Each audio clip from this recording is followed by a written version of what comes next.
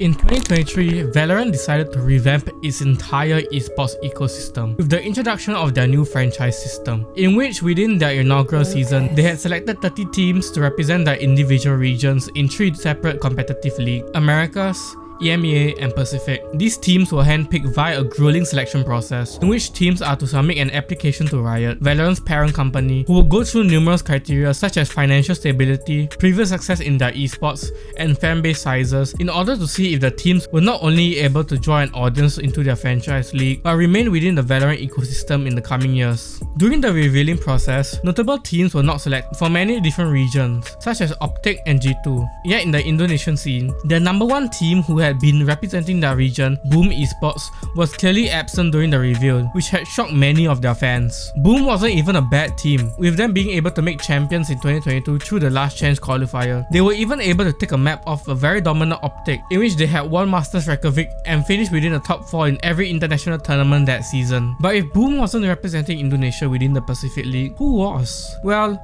meet RRQ, who was an Indonesian-based org that was chosen to represent the region. Fans were initially very supportive of the team itself, with most of them excited to represent Indonesia on the global stage. Days were passing by, in which most of the discussions within their esports team were who were they gonna sign before the up-and-coming lock-in tournament, in which all 30 teams were gonna represent their regions in a single elimination format. Yet, as the days went by, RRQ was gonna make the biggest mistake of their life. Let's take a step back, shall we? A few moments ago, I said that RRQ was an Indonesian-based org, which is true. However, during the past 2 years, RRQ's Valorant team themselves were playing in the Philippines, in which they were playing decently well, but not good enough to make it to international tournaments. After the selection of them being in the Pacific League, the following weeks revealed that they had planned to keep most of their Filipino roster, with them only signing Zafiro, known as Tay Bottle back then, from Boom Esports. This team is just gonna get plowed. It is literally RRQ using their old team, and that's what annoys me. Also, the other part to why they're mad is that you could actually spend the bag and get a sick Indonesian team going, because there are great Indonesian players. This sent shockwaves towards the Indonesian Valorant scene, who were baffled at what RRQ was doing. Memes were spreading about the situation itself, and the whole Indonesian Valorant community were not only boycotting the team itself, but were completely hating on the organization. RRQ were losing thousands of supporters, which led Riot Games to take notice. You see, the thing about the franchise system is that Riot was actually subsidizing most of the players' salaries, as they had created a condition in which Valorant players that played in the league were to have a base salary of $50,000 US.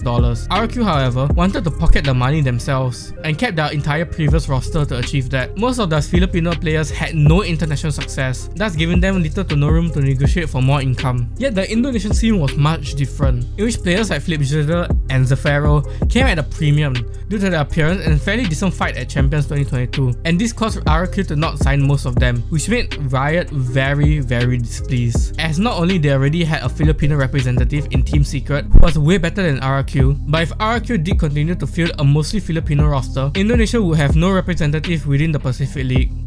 The following days were a frenzy for RRQ. They had lost most of their Indonesian supporters, which most of them fled to support PaperX instead due to them having Forsaken and Mindfreak, who were both Indonesian. But also Riot had issued them an official warning, in which most likely warned them that if they were to continue with the shenanigans, they would be booted out of the Pacific League. While they did eventually sign players like Almimor and Flipjitter, the damage was already done. RRQ truly never recovered from that situation, with them barely getting any support nowadays from their social media, but also their matches during the VCT season. They became a cautionary tale to everyone who wants to get into esports in general.